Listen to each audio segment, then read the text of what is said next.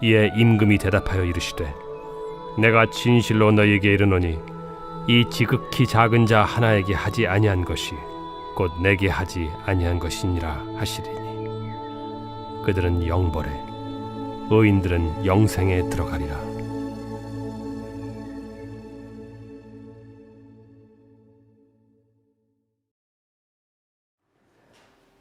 우리를 사랑하시고 사랑하시어 영원히 죄 없게 해주시고 지금 이 순간까지도 용서하시며 참으시는 하나님, 영광과 감사만 드립니다.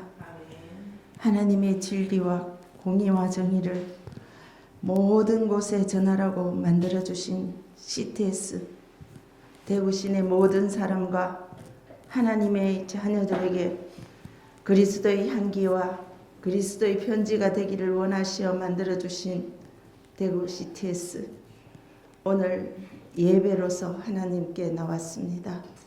귀 기울여 주시옵소서. 불쌍히 여겨 주시옵소서. 주를 사랑하고 주의 계명을 지키는 자에게 언약을 지키시며 긍휼을 베푸신다 하신 주님, 하나님을 열심히 사랑하고 하나님 약속을 기억하며 하나님 마음의 법을 잘 바르게 행하게 하여 주시옵소서. 분주하게 사는 것보다 하나님과 연결하여 살게 하여 주시옵시며 먹음직도 하고 보암직도 한 일들만 만들기만 하는 자가 아니라 마땅히 아니할 말을 하는 자가 아니라 착함과 의로움과 진실함을 생명으로 여기는 빛의 열매를 맺는 거룩한 자 되게 하여 주시옵소서. 경건함과 두려움으로 거룩한 습관, 거룩한 절제, 새 마음 새 영을 구하는 하나님을 기쁘시게 하는 우리 모두 되게 하여 주시옵소서.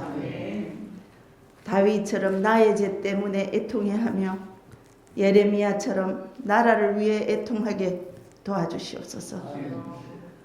트윈데믹의 전염병 시대와 러시아 전쟁 도발, 핵무기 경쟁과 핵무기의 위협, 경제의 어려운 상황들, 혼돈되고 흔들리며 불안한 정치와 단절되는 다음 세대, 이제서야 하나님이 급격히 생각나고 절실히 필요해졌습니다. 용서하여 주시옵소서. 이 모든 것들이 하나님의 계획 중이며 하나님의 다스림 중임을 다시 깨닫게 명심할 수 있게 도와주시옵소서. 엘리야처럼 무릎 사이에 머리를 박고 기도하는 상한 심령 되게 하여 주시옵소서. 오직 하나님만 신뢰하며 하나님 아니면 도움이 없다고, 하나님만이 해결할 수 있다는 것을 기억하며 증거하게 하옵소서. 하나님, 대구 CTS 보이는 상황이 애틋한 상황 많습니다. 보이는 세상과 사람들도 많습니다. 드디 이루어짐으로 인해 지치거나 근심하기보다는 언제나 한결같이 신실하신 하나님을 바라보고 의지하면서 사명의 자리를 지켜나가는 CTS 되게 하여 주시옵소서. 자유민주주의를 찾아 헤매는 영혼들, 자유민주주의를 지키려는 영혼들, 강력한 능력의 전파가 되게 하여 주시옵소서. 굳게 다진 공산권, 절벽 같은 무슬림, 강력한 선교 전파 되게 하여 주시옵소서. 생명 바쳐 헌신하는 선교사와 가족들, 위로와 힘이 되는 선교 전파 되게 하여 주시옵소서. 하나님, 우리 CTS 하나님께서 부르셨다는 소명의식과 하나님께서 맡기셨다는 사명의식으로 지금 모두가 하나같이 각자의 책임을 힘껏 감당하게 하여 주시옵소서. 살기 위해서 주를 따르는 것이 아니라 주를 따르기 위해 산다는 것을 전파 선교를 통해 알려지게 하여 주시옵소서.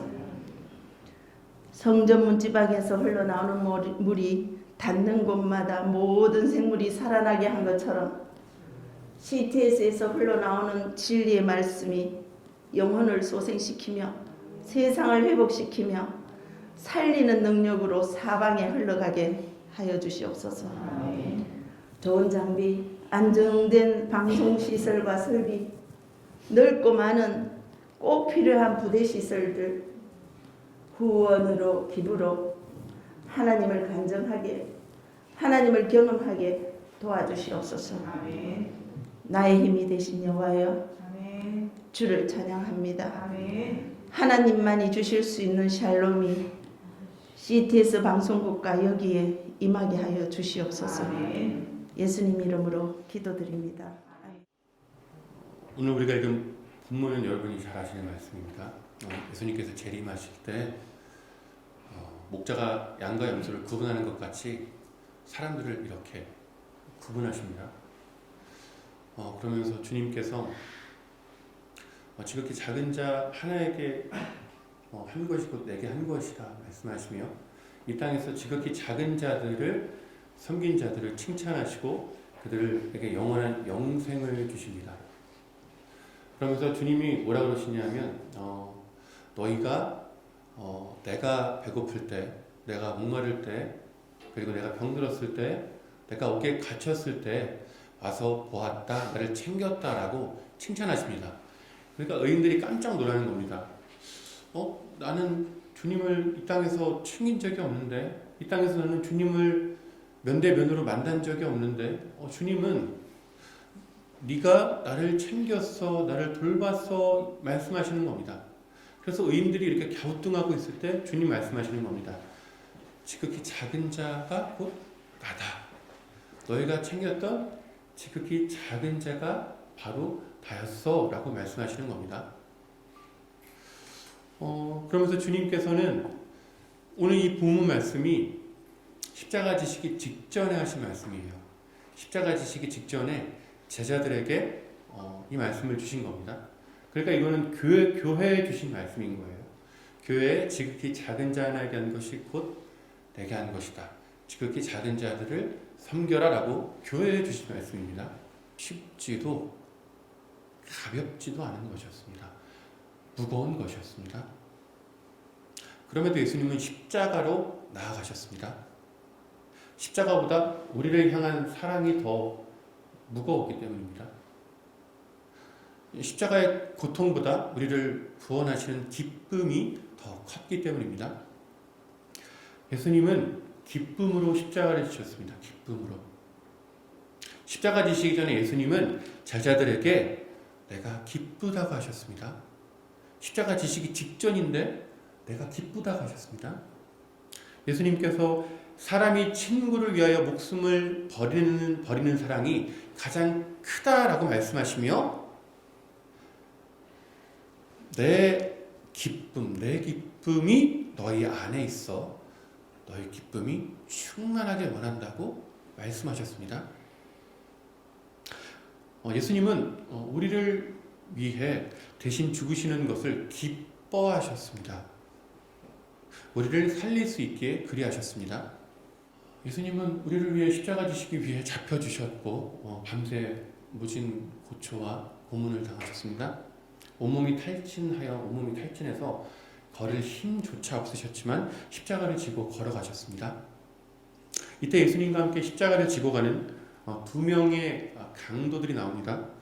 그들은 무슨 큰 죄를 저질렀는지 사형수였습니다. 강도들은 하나같이 예수님을 욕하고 저주했습니다. 마침내 십자가에 달리신 예수님은 자신을 십자가에 못 박고 온갖 욕과 저주를 퍼붓는 자들을 보며 처음으로 입을 떼서 말씀하십니다. 처음으로 십자가 위에서 아버지 지금 저들이 무슨 일을 하는지 알지 못하고 그러는 거니 용서해달라고 간구하셨습니다. 모르고 그러는 거니 용서해달라고 아버지께 기도하신 겁니다. 처음으로 십자가에서 당신의 하나밖에 없는 아들이 십자가에 달려있는 모습을 바라보는 하나님 아버지의 마음이 어떻겠습니까? 예수님께서 이러한 하나님 아버지의 마음을 엿볼 수 있는 이야기를 들려주셨습니다. 바로 포도원 주인의 비유입니다. 포도원 주인의 비유. 포도원 주인이 있었습니다. 자기 포도원을 농부들에게 세를 주었습니다. 이제 세를 받을 때가 되어서 종을 보냅니다. 그런데 농부들이 세를 주기 싫어서 종을 잡아 죽입니다. 그래서 주인이 더 많은 종들을 보냅니다. 그 농부들이 어떻게 하냐면 그 종들을 또 죽이고 때려서 보냅니다. 주인이 이제 어떻게 하냐면 이들이 그래도 내 아들은 존대하리라, 내 아들은 존중하겠지 하면서 자기 하나밖에 없는 아들을 보냅니다. 주인의 아들이 멀리서 오는 걸 지켜보는 농부들이 수군거립니다. 이는 상속자니 자 죽이고 그 재산을 차지하자. 그래서 농부들이 주인의 하나밖에 없는 아들을 잡아서 성 밖으로 끌고 가서 죽입니다. 예수님 어디서 죽으십니까? 성 밖에서 죽으셨습니다. 주인이 하나밖에 없는 아들이 죽었다라는 소식을 듣자마자 그 어떤 말도 하지 않습니다. 이런 반구도 하지 않습니다. 그냥 즉시로 군사들을 보내 농부들을 진멸시킵니다. 싹 쓸어버립니다. 한 사람도 살려두지 않습니다. 이게 십자가가 되시는 당신의 아들을 바라보시는 하나님 아버지의 마음입니다. 다 쓸어버리고 싶으셨을 겁니다. 내 종들을 그렇게 봤는데 다 죽이더니 이제 아들까지 죽이네. 다 쓸어버리고 싶으셨을 겁니다. 그런데 우리 주님 어떻게 하십니까? 아버지 몰라서 그러는 거니 용서해달라고 기도하신 겁니다.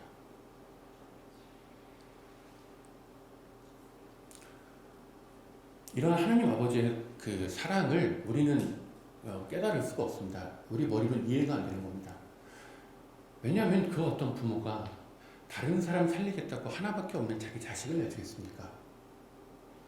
설령 저게 왕, 귀족, 재벌들 몇만 명이 있다 할지라도 누가 자기 자식을 내주겠습니까?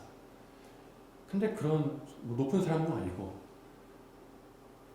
고집 많고 죄 많고 완악한 정말 보잘것없는 저 인간들 모인 저 사람들 구원하겠다고 누가 자기 자식을 보내겠습니까? 그런데 하나님 아버지는 그 일을 하신 겁니다. 그러니까 우리 인간의 머리로는 이게 이해가 안 되는 겁니다. 이게 이해가 안 되는 거예요.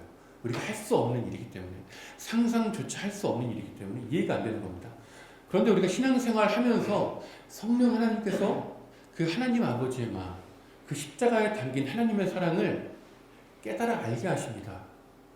이 깨달음이라는 건 처음에 주님을 만났을 때 단 한 번에 그치는 것이 아니라 일평생을 살아가면서 더 깊어지고 넓어집니다. 날마다 우리가 십자가를 고백하는 삶을 산다는 건 내가 그냥 주술적으로 십자가를 달달 외우는 게 아니라 주술적으로 자기 마인드 컨트롤로 십자가의 사랑을 고백하는 게 아니라 내가 도저히 이해할 수 없을 그 하나님의 사랑, 예수님의 그 기쁨, 그 사랑을 내가 신앙생활하면서 깨달아 알아가는 겁니다. 그러니까 신앙생활이 기쁜 겁니다. 그러니까 신앙생활이 즐거운 겁니다. 그게 소위 말해 예수 믿는 재미라는 겁니다. 주님을 믿는 맛이라는 겁니다. 기도 응답 받아서 문제 해결돼서 그래서 신앙생활을 하는 거 아닙니다. 문제 해결되면 뭐합니까? 또 문제가 오는 게 인생인데 기도 응답 되면 뭐합니까? 그런데 우리가 이 땅에서 버틸 수 있는 것, 이 땅에서 삶을 살아낼 수 있는 건 그 하나님 아버지의 사랑, 그 예수님의 사랑을 점점 깨닫기 때문입니다. 자식이 부모에게 철이 들듯이 우리가 하나님께 철이 드는 그런 삶을 통해 우리가 이 땅에서의 삶을 살아낼 수 있는 겁니다. 하나님 아버지는 예수님의 이 기도에 즉각 응답해 주셨습니다. 예수님을 욕하던 강도 중에 한 사람이 갑자기 태도를 바꿉니다. 방금 전까지만 해도 함께 예수님을 욕하던 사형수가 오히려 갑자기 상대편에 있는 강도를 꾸짖기 시작합니다. 너는 나나 우리는 큰 죄를 지어서 사형을 당하지만 이 예수님께는 죄가 없다. 그러면서 예수님, 당신의 나라에 임하실 때 나를 기억하소서 간구합니다. 예수님은 네가 오늘 나와 함께 낙원에 있으리라 하시며 그에게 구원을 약속하십니다. 강도는 죽는 자리에서 영원한 생명을 얻었습니다. 구원을 받았습니다. 예수님께서 십자가에 달리신 것은 철저하게 자발적인 것이었습니다.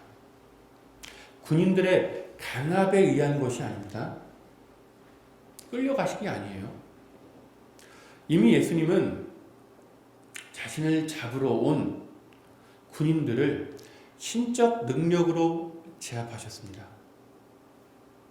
군인들이 예수님 앞에 쓰러져서 벌벌 떨었습니다. 예수님이 신적인 능력으로, 공생애 중에 신적 능력으로 사람을 제압한 건 이때가 유일합니다. 왜냐하면 제자들을 살리시려고.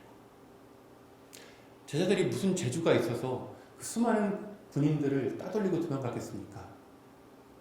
예수님이 길을 터주신 겁니다. 예수님 말씀하셨습니다. 니들이 찾는 건 나니까 나 잡아가라. 대신 얘네들 보내줘. 그러니까 도망간 겁니다. 예수님은 신적 능력으로 제자들 살리시려고 유일하게 사람을 제압하신 겁니다. 그러니까 예수님은 잡혀주신 겁니다. 잡혀주신 거예요. 예수님은 잡히시고 십자가에 달리시는 것까지 모두 스스로 선택하셨습니다. 무엇을 위한 선택이었습니까? 바로 온 인류를 구원하시기 위함이었습니다. 그리고 한 가지 이유가 더 있습니다. 바로 한 영원 전부터 구원하기로 작정된, 예정된 한 사람이 남았기 때문입니다. 바로 십자가에 달린 강도, 십자가에 달린 사형수. 그가 십자가 사형대에 달릴 것이기에 십자가로 신방 가신 겁니다. 십자가에 달릴 그를 구원하기 위해 함께 십자가에 달려주신 것입니다. 감옥에 갇힌 자를 찾아가는 차원을 넘어서 오늘 우리가 읽은 본문의 지극히 작은 자, 마지막에 언급되는 게 감옥에 갇힌 자입니다. 그런데 주님은 공생애 중에 늘 지극히 작은 자들을 찾아다니셨는데 감옥에 갇힌 자를 찾아가는 차원을 넘어 사형대에 달린 사형수를 찾아가신 겁니다. 사형수를 구원하기 위해 친히 사형수가 되어주셨습니다. 그 열심과 사랑이 온 인류를, 한 강도를, 그리고 여기 앉은 우리를 구원하게 이룬 것입니다. 아멘. 우리를 구원하시려 이 땅에 내려오신 주님은 지극히 작은 자들을 찾으시려고 낮고 더 낮은 곳으로만 가셨습니다. 가난한 자들, 나그네, 병든 자들, 그들이 있는 곳이라면 어디든 가셨습니다. 설령 그가 죄수라 할지라도, 사형에 해당할 그가 무도한 죄인이라 할지라도 그를 구원하시려 십자가로 찾아가셨습니다. 십자가 위에서까지 지극히 작은 자를 찾아가셨습니다. 이처럼 예수님의 이 땅에서의 삶은 목자로 시작하여 사형수를 찾아가는 데까지 이릅니다. 지극히 작은 자로 시작하여 지극히 작은 자로 마치십니다. 성도는 구원받기 위해 살아가지 않습니다. 왜냐하면 성도라는 말에는 구원이 전제되어 있기 때문입니다. 우리가 예수님을 믿어 교회 다니는 그 순간 이미 우리에게 구원이 은혜로 주어집니다. 성도가 이 땅에 살아가는 이유는, 이 땅에 남아있는 이유는 예수님처럼 지극히 작은 자를 사랑하기 위해서입니다. 지극히 작은 자들을 찾아가기 위해서입니다. 우리나라의 장애인이 280만 명입니다. 280만 명의 장애인이 있습니다. 주변에서 장애인을 보기가 어렵습니다. 이동권이 보장되어 있지 않고 사회 구조적인 한계 때문에 그렇기도 하지만 더 장애인들이 집 밖에 나올 수 없는 이유는 사람들의 따가운 시선 때문입니다. 사람들의 따가운 눈총이 괴로워 집 밖에 쉬이 나오지 못합니다. 그렇기 때문에 교회에 소망이 있습니다.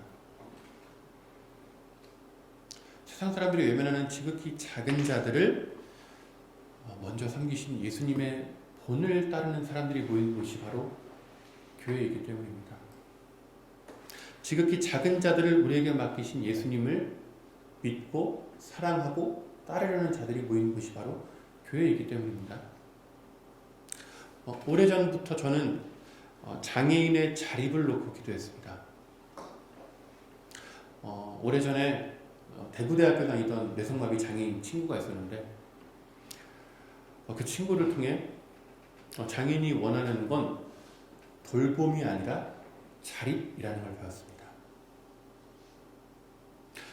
대부분의 장애인이 자립을 원하지만 센터나 집에서 돌봄을 받는 것은 사회적 한계 때문이지 결코 장애인이 원해서 하는 일이 아닙니다.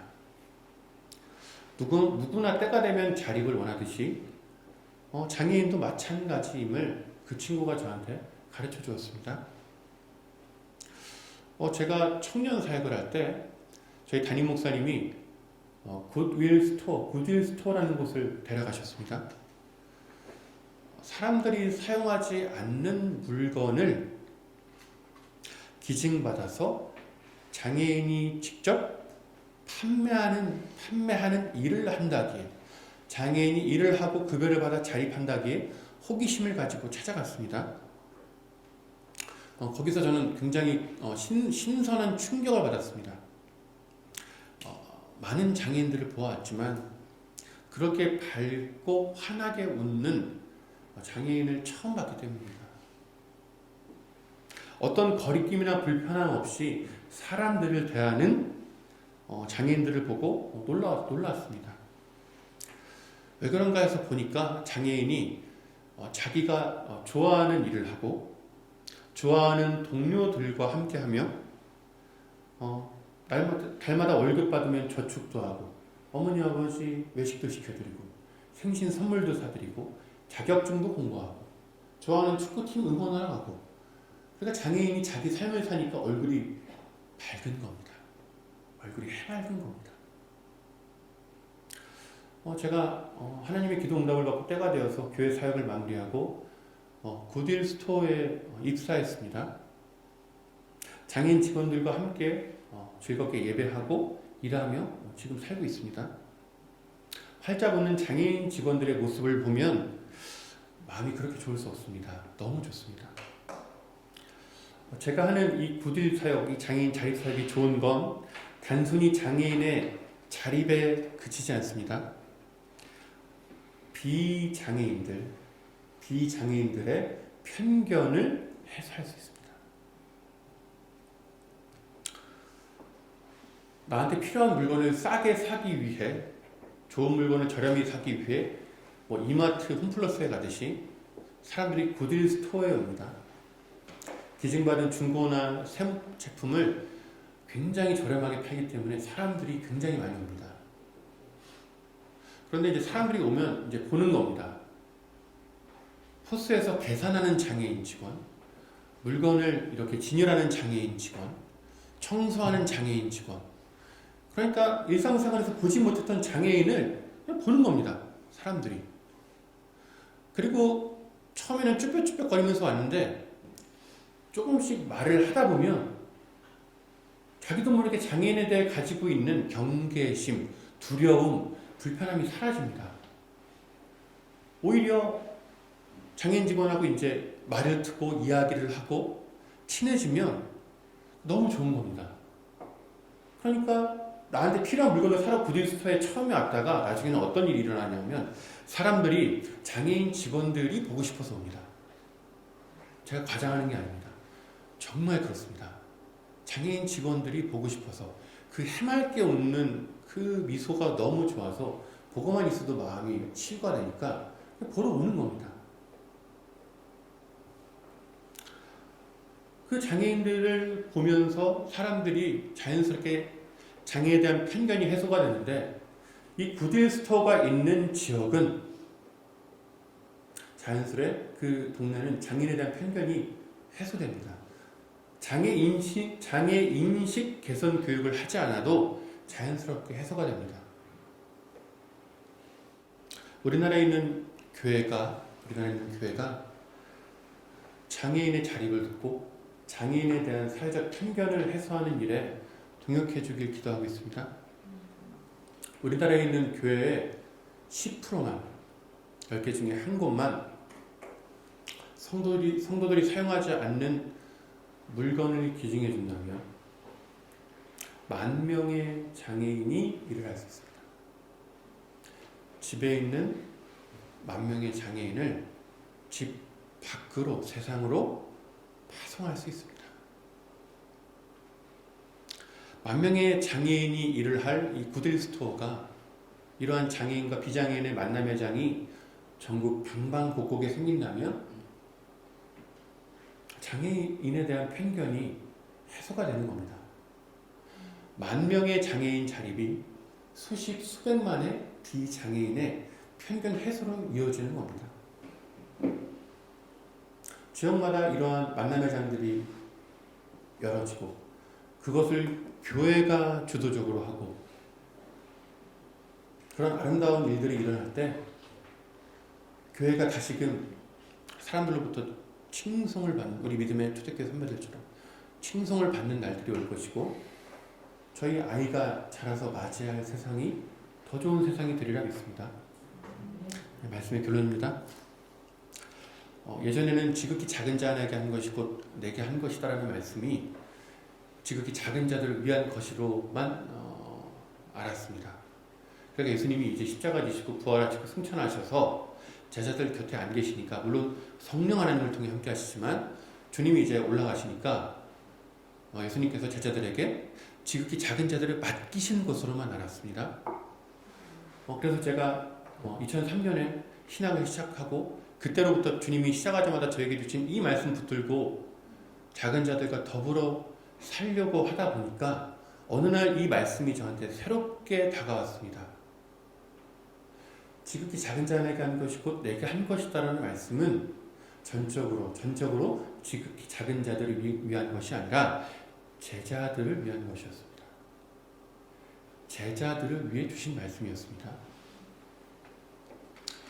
이제 곧 십자가에서 죽으시고 부활하시고 승천하실 예수님, 그 예수님을 그리워할 제자들에게 예수님을 만나는 방법을 알려주신 겁니다. 삶의 고난 중에 예수님이 몹시도 그리워질 순간에 예수님을 찾아오는 길을 알려주신 겁니다. 예수님께서 내가 보고 싶으면 저 하늘이 아니라 낮은 데를 보면 돼. 내가 보고 싶으면 지극히 작은 자들을 찾아오면 돼. 그러면 지극히 작은 자들과 함께 하고 있는 나를 만날 수 있을 거야 말씀해 주시는 줄 알았습니다. 예수님은 지금 하나님의 보좌 우편에 앉아서 우리를 위해 기도하시지만 예수님은 지금도 낮고 낮은 곳에 계십니다. 우리 주변에 계십니다.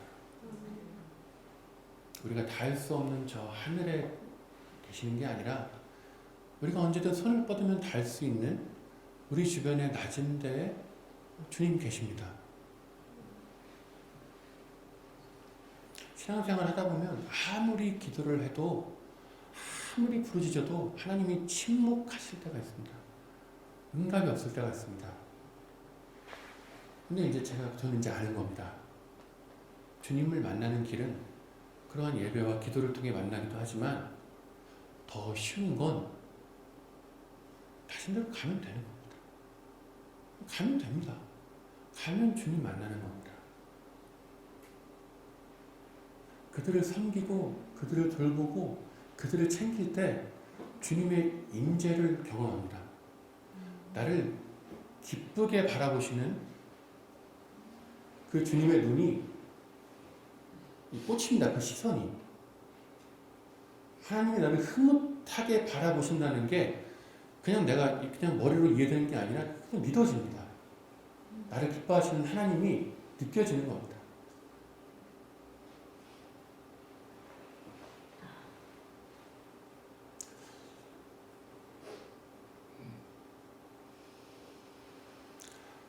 예수님이 보고 싶으십니까? 그리우십니까? 예수님 멀리 계시지 않습니다. 가까이 계십니다. 우리 주변에 계십니다. 임하여 계십니다. 그 예수님 찾아가 만나심으로 주님과 동행하시고 주님 곧 오실 텐데 주님 오실 때 나 챙겨줘서 고마워라는 말을 들을 수 있는 저와 우리 성도님들 되시길 예수님의 이름으로 축원합니다.